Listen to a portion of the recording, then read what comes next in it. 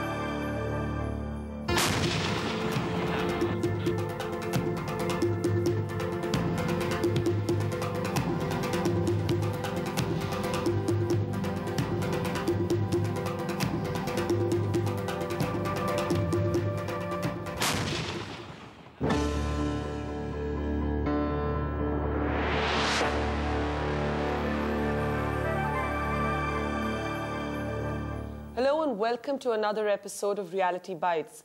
Last week, as Kabul fell, the Northern Alliance's ambassador to India was in conversation with us on this program.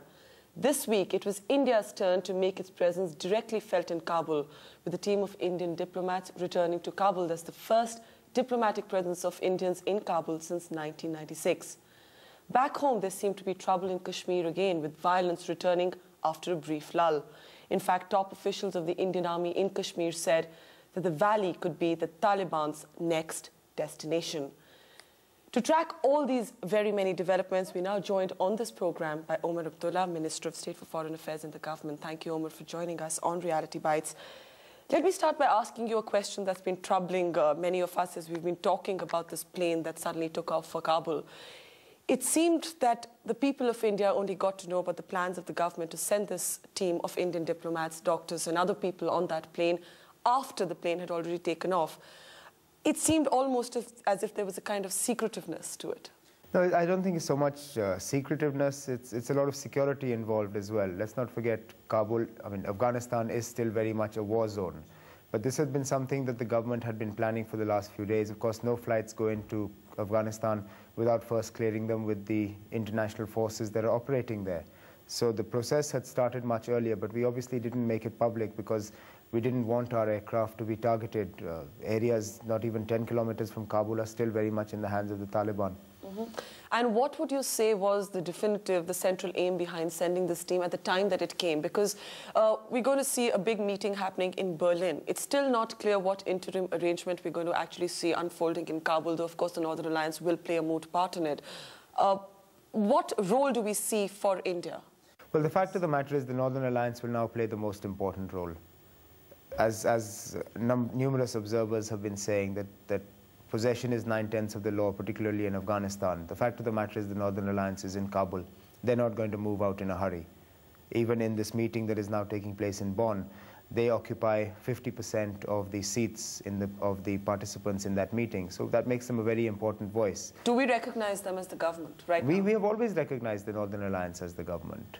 That has not changed. The United Nations recognizes the Northern Alliance as the government. The seat of Afghanistan in the United Nations is held by the Northern Alliance representatives. I understand that, but at this time the world is talking about the fact that this arrangement is not the appropriate arrangement. Which is exactly what the Northern Alliance even conveyed to our team in Kabul, that they very much agree with what India has been saying, that the Northern Alliance needs to be broadened to include other sections of Afghan society into it. This is precisely what India and other countries in the international coalition But is President Rabbani, who has actually declared himself as the president when he returned to Kabul, is he president as far as India is concerned for this moment? Look, now this would be nitpicking, so to speak. He's there. Whether he's declared himself president, whether people accept him as president or not, the fact of the matter is he's there. First and foremost, the Northern Alliance have to accept him as president. What role do we then see for other Pashtun elements? There are all kinds of talks about a former king, Zahir Shah. There's also talks about getting in tribal leaders, other Pashtun tribal leaders to actually head this government. So these are all possible scenarios that are being thrown up. The possibility still exists of King Zahir Shah returning back to Afghanistan in some capacity or the other.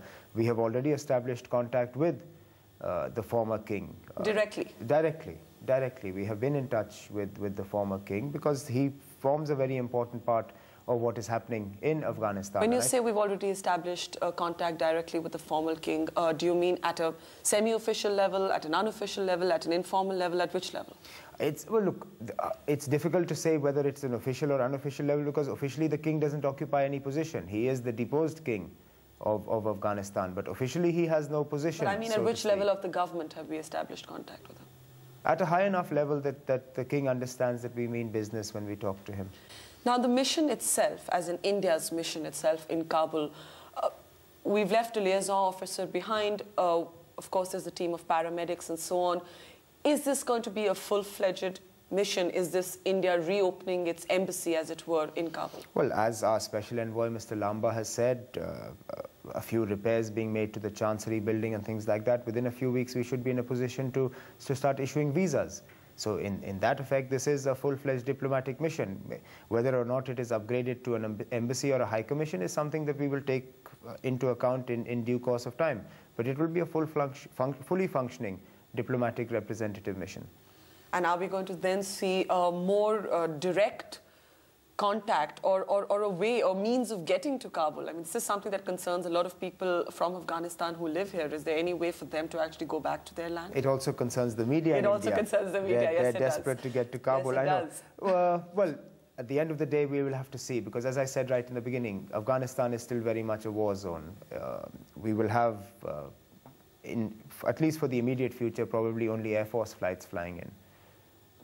Any resumption of Ariana Afghan Airlines or Indian Airlines and things like that are really are scenarios that we will look at probably a lot further into the future. Let me ask you something about the Northern Alliance. I pulled out an old tape from our library a few days ago, and it actually had the Northern Alliance leaders, including President Rabbani, in conversation at a different point in history when they were actually on the same side as Pakistan. And at this point, they were actually making what India would find a number of very alarming statements about their support for the struggle in Jammu and Kashmir. History has turned since then. We've been helping them. But there have been questions raised about whether the Northern Alliance can actually be trusted, whether this is in fact much more than just a group of rowdy warlords, if I may call them that. I think, as you rightly said it yourself, things have changed. A tape 7 years ago and the situation today is very, very different. At that time, the Northern Alliance worked closely with Pakistan to remove the Soviets. India had supported Russia in what it had done in Afghanistan, and the situation was not to our liking. But then at the end of the day, Pakistan made its fundamental mistake of supporting the Taliban. We fortunately turned out to be on the right side this time. The Northern Alliance is in command, and I think India's relationship with the Northern Alliance over the last 5 or 6 years is something that the Northern Alliance will not forget. I mean, quietly for the last 3 years or more, we've been operating a hospital in Tajikistan purely devoted towards assisting not only the people in that region, but the casualties from the conflict, particularly those in the Northern Alliance.